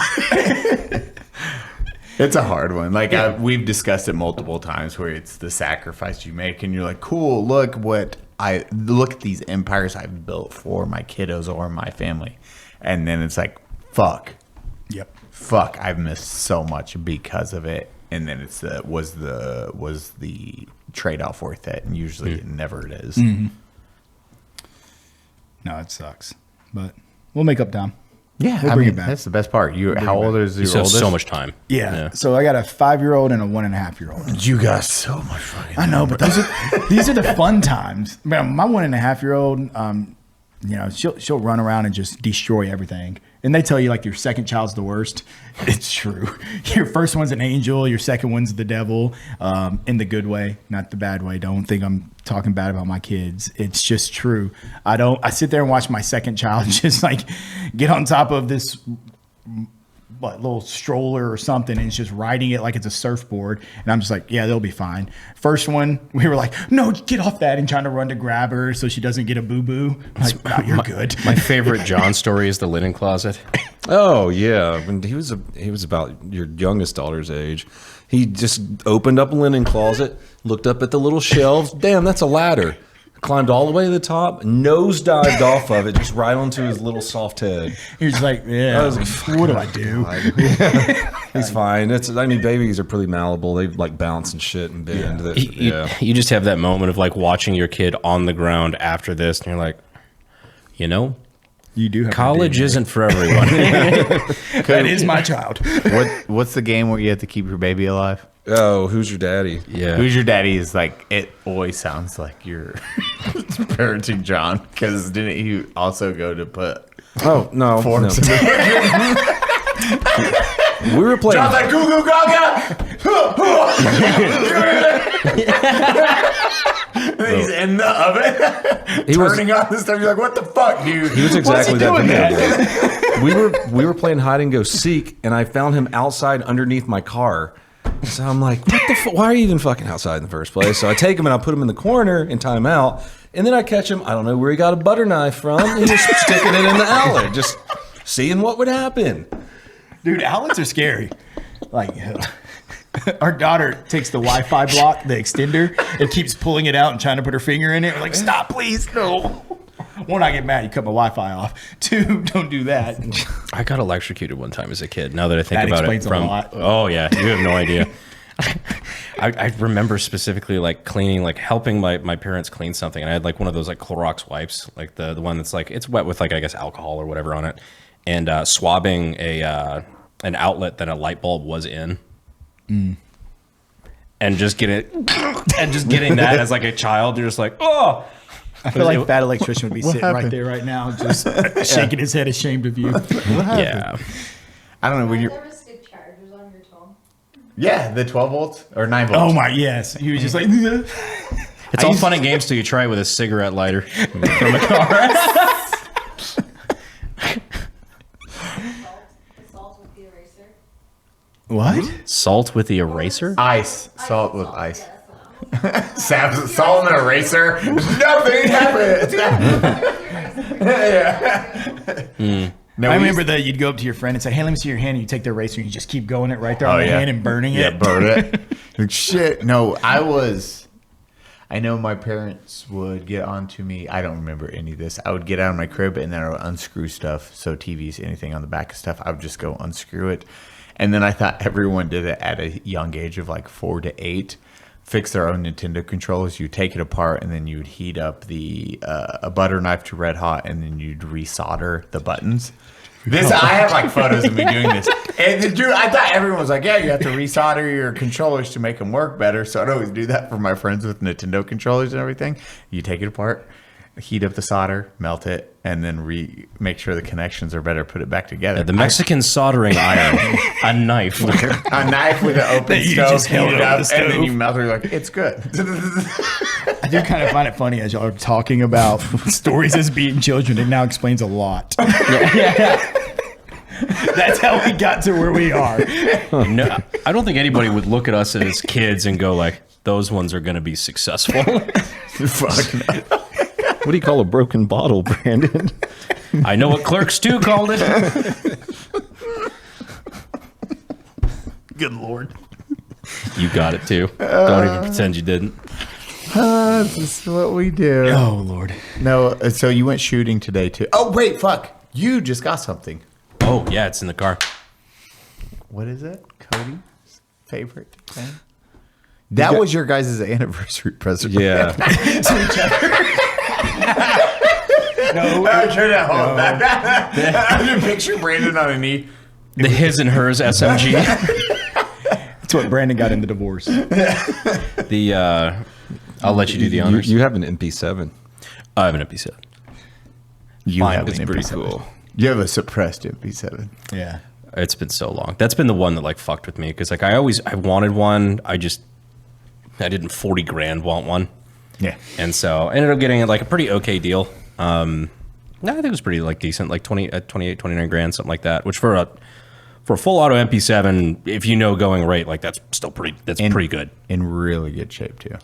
Yeah. It looks brand new. Also, shout out to whoever sent me that original one. I kicked it, and then shout out to Cody for driving up the price. Yeah. You motherfucker. I'm trying to get your favorite fucking sub gun. And I didn't know behind the scenes, this dude is motherfucking me on fucking Livestream. I didn't know this. I should probably bid on this. Cody's just like, has anyone seen every stream? Every stream, it was like MP7 tracker. Like, hey, to my thousands of people watching that like guns, have you seen this? My bad, bro. I was cranking up so hard when I heard that part of the story. Until you won it, I didn't know you were bidding on it. You usually tell me when you're bidding on things. It was like an hour before it ended. I texted him like, dude, I'm winning it. He's like, that was you? I'm like, you're B. Herrera? I was gonna say, doesn't it say the You're username? B. Herrera? I saw Herrera. I didn't know it was you.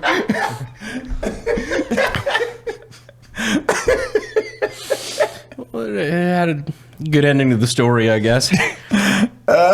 You can't make this stuff up. Dude, it was so good. And then I was so happy when you got it, though. I was like, fuck yeah, that's dope. And you got, like, what was the people that hooked you up? I don't think we can say it in the context of the podcast, just because, like, fucking YouTube rules are gay. But, no, they really did. It was a company out of DFW that really, they helped me out because they were just like, they gave me the suppressor and like 1,000 rounds of ammo at cost. Yeah. Afterward, which was fucking awesome. Like, you guys know who you are. I appreciate that. 4.6, not cheap. Not really. And then what are you going to do with that piece of content, though? That was the only video, I think. Because, like, there's been videos in the past where I'm like, hey, Cody, do you want to be in this video? And you're like, yeah. That was the only video you've come to me. You're like, can I please be in that video? Don't let him in it. It's payback for driving up the price. Make them bid. Didn't we do a joke about that? That was the only video, like, mid-aircraft, he would turn around. Yeah. I forget what we were talking about. We're like, I'm on the phone with Cody. We were joking about doing an intro. We're like, I'm on the phone with Cody in a plane. Like, hey, Cody, I got something you're going to find really interesting. Oh, what's that? Cody in the plane. I unzip, or I'm in the plane. Like, I unzip a bag. I'm like, MP7 there. Well, let's just say it's going to be a while before I can go back to Germany. That's it. Yeah, that's the one. I was thinking it was Where you're like, hey, Cody, what are you doing? He's like, oh, I'm on fire. I can't talk. And you're like, oh, shit, where are you going? He's like, going to South Carolina. Oh, shit. I got an MP7. I'm about to film a video. Hard cut to the plane the opposite way. Yeah, I'll be there. Like, wait, how'd you turn the plane around? Don't worry. I want to be in this video. Cody, how happy are you that you get to shoot one Aggie of a time now? It's pretty cool, man. I don't know where that became my favorite gun. It's got to be some PlayStation 2 video game. I can't think of what it would be. Is it in CSGO? It's in CSGO, but it's trash in CSGO. That's the thing. It's kind of trash in real life. Dang. It's not cool because it's good. I don't know. I've got. It's like the 5.7's not like, it pierced the body. It's one of those rounds where it's like, it pierced the body and it does all this. It's a tiny fucking round. Oh, I don't like 5.7 at all. No. Like, excuse me, the 5.7 pistol, like the FN handgun. Yeah, or even the P90. The round does not do as much. It's good. It's fun. I like it. I just don't think it does as much damage. Or yes, it can pierce body armor, but most rounds today can. Well, if you have the good ammo, it can pierce body armor pretty damn well. Yeah. But nobody shoots with that. So it's like, okay, congrats. You have something that can theoretically work. That's why I'm like, give me an 8.6. That's the thing. People are like, did you know that this ammo can fucking punch body armor? I'm like, cool. Do you own any? All right. Then what the fuck are we talking about? Yeah, I don't know. The MP7's like, it's drippy as fuck. It's cool. It's the one thing that's been lingering over my head that like, I've got to have one of those one day. But at the same time, it is overrated. Also dope seeing that third switch. Yeah. Oh, yeah. Just. That's what I was like, yeah, this is fucking dope. They don't make this with the two. This is fun. Pew pew. Nah, it's neat. I like them. That one I'm excited for. And then we're getting into, we might do the kind of the class warfare, but with the loadout. The Call of Duty loadouts. Mm-hmm. It's been an idea that we've been working on forever. Dude, I'm excited for that one. Because then we get to run that. I think that weapon platform with, what was the other one we discussed? The Honey Badger. I think that's just like your ideal Warzone loadout or Call of Duty loadout. And both guns are known. Comparing the realism, so you have got this one motherfucker that's running with a Barrett, and the 5 mags running with the Barrett with all that ammo. You're not lasting long. 30-pound rifle. No. What actual for your training? You said you were hyped on the training you went through, and you do get to see the difference from how other police forces have reacted to the situation, where yours was violence of action. What was the big training that they did with you? Man, I don't know who actually started the training. There's all this back and forth because back in the day, it used to be what they did in Columbine. Surround and call out, call SWAT, let SWAT handle things.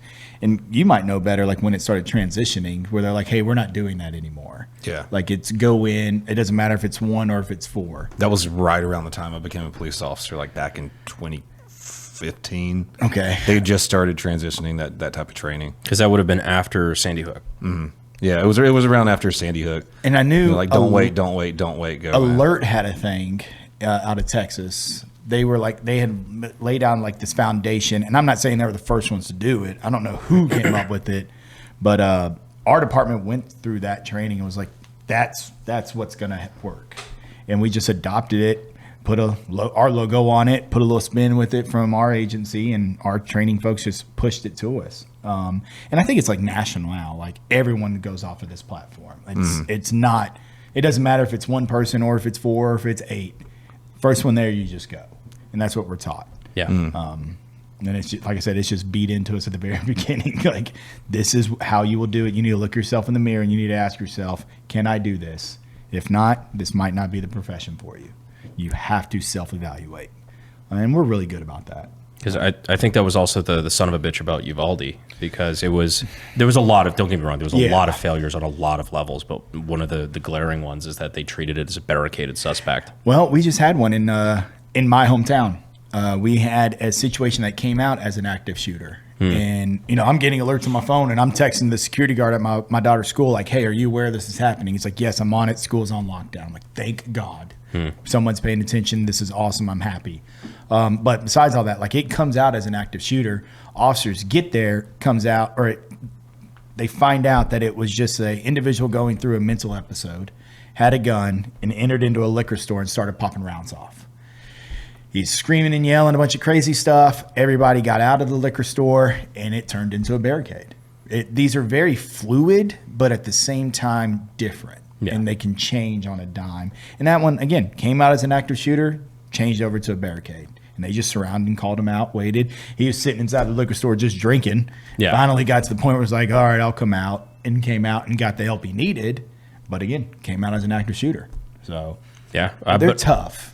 Yeah, don't get me wrong. Like, total Monday morning quarterback to an extent. Uvalde was a failure. Uvalde was because, I mean, if you've never been, small town. Yeah. Very small town. The distance between school and police department, very, very minimal. And just the amount of time spent waiting while there is somebody with the intent to kill children, killing children. Correct me if I'm wrong. Was it a supervisor that was telling everybody to hold on? Like, hey, no, we need to do this, we need to do that? I believe so. I would have to go back and look at it. But I think there was someone higher up that was like, no, don't do it. This is a barricaded suspect. And when they're like, even on scene. But they're hearing the gunshots and stuff. So like for us, our agency is really good. Even like in the military, that whole small unit leadership, like, hey, it doesn't take a commander to make a decision. Your bottom tier individual can make the same decision. Our agency is big on that. Like, you're an officer, make a decision. If you're on the ground, like, fucking go. There's your small team, fucking go. Yep. Like, homeboys, like, I hear gunshots, let's all push. That should be it. Officers doing it that level. And I say officer from the military standpoint, like enlisted versus officer, where they're like, well hold on. It's like, go fuck yourself, sir. Yeah, like, we're going to do it this way. And I've got to watch out many times. It's easy to a Monday morning quarterback again, because, like, you know, it's those, like, why don't you just disobey the order and go in? Like, it's really easy to say, but at a certain point, like, I remember listening to accounts of people that were there, sitting there waiting to go in, and literally like having a breakdown. Like, I just want to go in. Like, I'm hearing gunshots, I'm seeing dead children. Like, put me in, coach. What the fuck?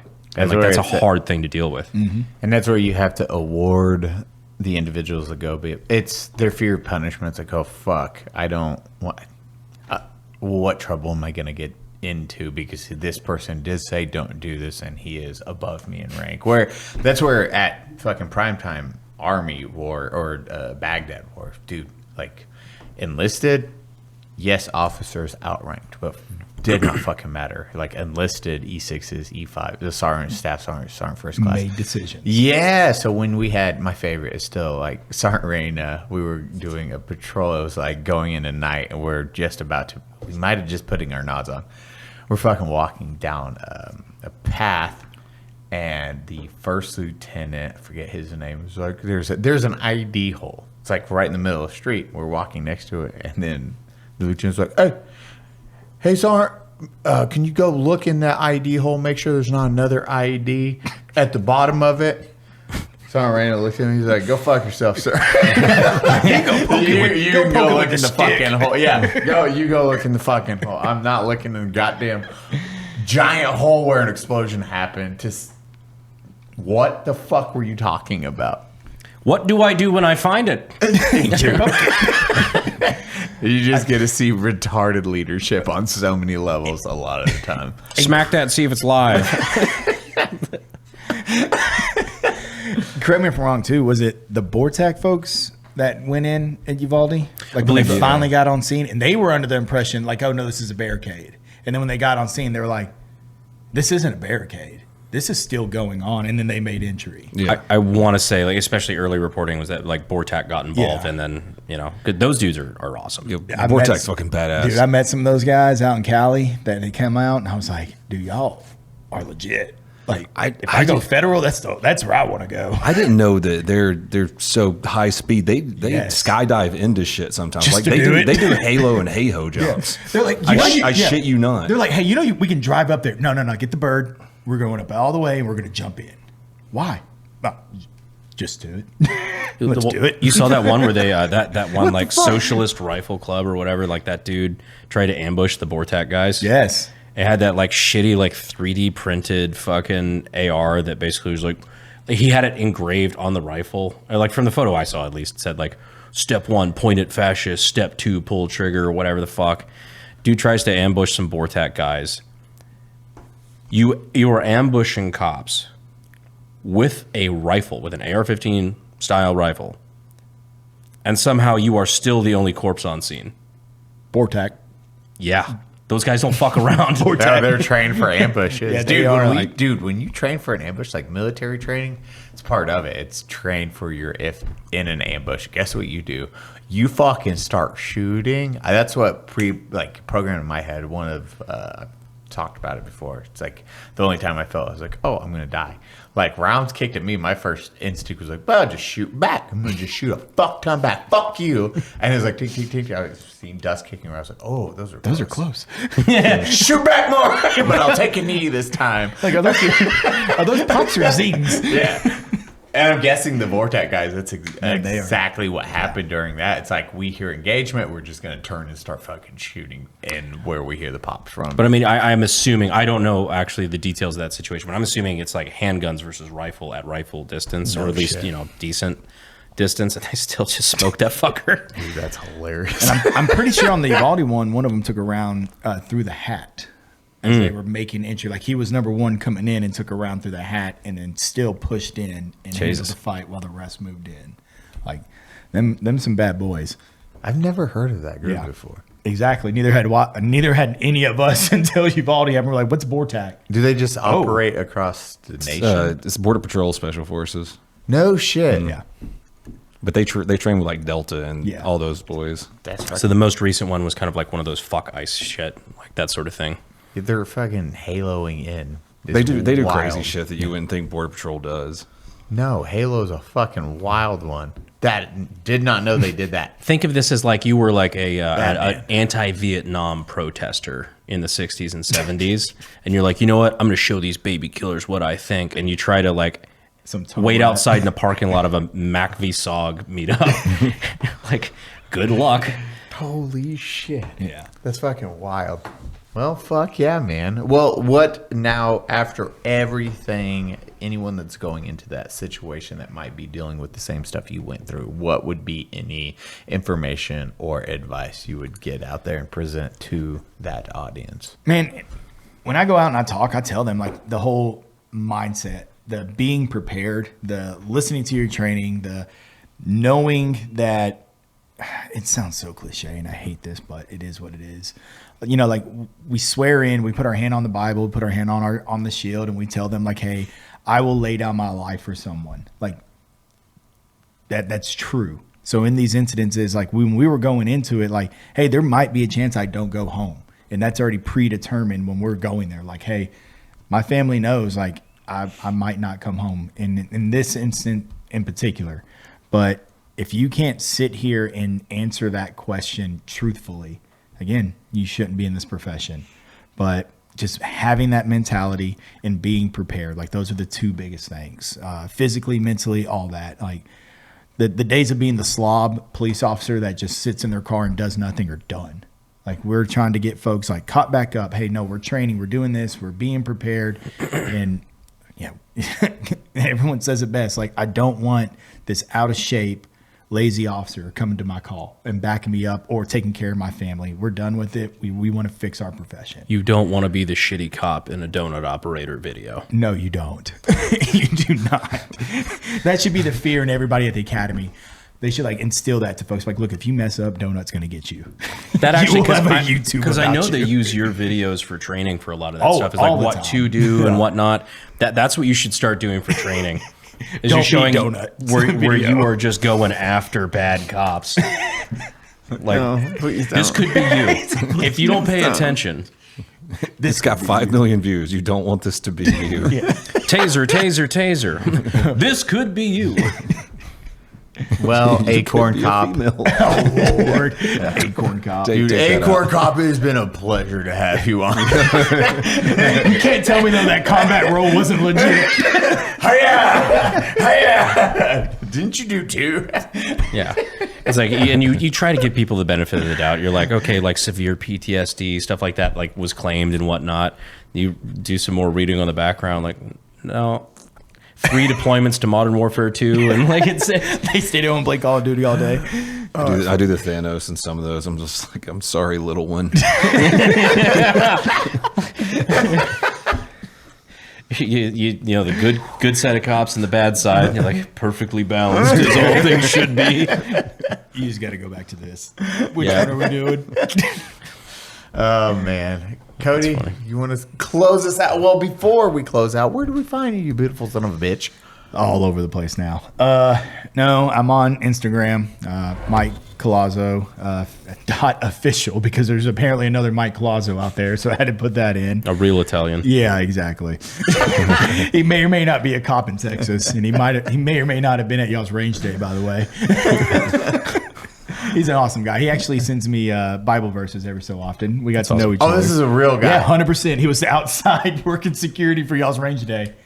Oh, shit. Yeah. Okay. Awesome dude. He's very family oriented and everything. Like we still talk to each other, but he stole my social media page, so I had to make a new one and put my name on it. I felt bad. Did you talk to Callazo? Yeah, of course I did. What do you think? It's funny. He got so many messages afterwards. Like, bro, when'd you move to Tennessee? He's like, I didn't. I still work in Texas. I'm so confused right now. Exactly. But no, you can find me on Instagram. That's basically like where I'm at. And then Zach made me get a website, said you really need to do this. So you can actually find me at mike.collazo or mikecollazo.com.